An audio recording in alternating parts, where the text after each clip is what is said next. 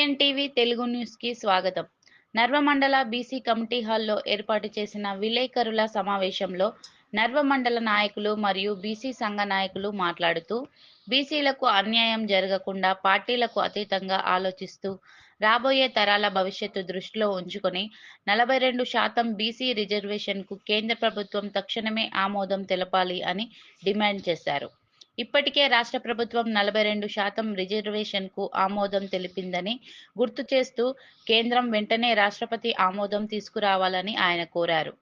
ఈ సమావేశంలో బీసీ నాయకులు భారీగా పాల్గొన్నారు. ఈ బీసీలను కూడా దయచేసి కేంద్ర ప్రభుత్వం కూడా పార్టీలకు అతీతంగా ఆలోచించి బీసీలకు అన్యాయం జరగకుండా ఇకనైనా రాబో భవిష్యత్తు తరాల కోసమన్నా ఆలోచించి 42% ఏదైతే రాష్ట్ర ప్రభుత్వం ఆమోదం తెలిపిందో అక్కడ కూడా కేంద్ర ప్రభుత్వం చొరవ తీసుకొని దాంతోపాటు మన రాష్ట్రపతి గారితో ఆమోదం తెలిపితే అందరూ కూడా సంతోషం వ్యక్తం తెలియజేస్తున్నాం.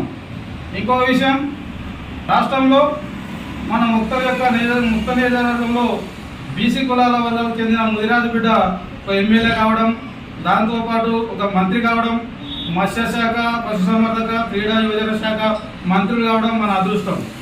ఎందుకంటే బీసీ కులాల తరఫున వారికి చిత్తశుద్ధి ఉంది. వారు అణగారిన వర్గాల నుంచి అగ్రవర్గాల వరకు అన్ని విధాలుగా అవగాహన చెంది మరి వారితో కష్టపడి వారితో చదువుగా ఉండి బీసీ సంక్షేమం పెద్దపడి చేస్తారని చెప్పి ఆశిస్తున్నాను. మన ఇంకో అదృష్టం ఏంటంటే మన నర్వమండలంలో ఒక యూత్ నర్వమండల అధ్యక్షుడు ఎవరైతే మన చెన్నై సార్ వారు కూడా బీసీ బిడ్డ కావడం మనం కూడా అదృష్టం. మీరందరూ కూడా రాబో రోజుల్లో ఈ మండలంలో ఏదైనా ఒక సమస్య వస్తే బీసీల పట్ల కూర్చొని మాట్లాడడానికి ఒక వేదిక లేదు. ఏదైనా విషయాల పట్ల మాట్లాడగాని ఏదంటే ఏదైనా కూర్చొని మాట్లాడాలంటే రేపు ఏదైనా మనకు ఒకవేళ బీసీ పరంగా ఎలక్షన్లో మన సీట్ వస్తే కూర్చొని ఎట్లా మాట్లాడాలి, ఎక్కడ మాట్లాడే వేదిక లేదు. కాబట్టి మరి పెద్దలకు నేను ఏమంటున్నా అంటే మంత్రివర్గాను ఈ యొక్క వేదిక ద్వారా నేను ఒక విజ్ఞప్తి చేస్తున్నాను. చెన్నై సాగర్ గారు కూడా ప్రతి గ్రామంలో బీసీ కమిటీలు ఏర్పాటు చేయాలని చెప్పి, ఎందుకంటే ఆ విధంగా ఉంటేనే కానీ మనం అంతా ఇప్పుడు ఇక్కడ మండల కేంద్రంలో బీసీ కమిటీ ఉన్నందుకు ఇక్కడ మీటింగ్ పెట్టుకుంటాం.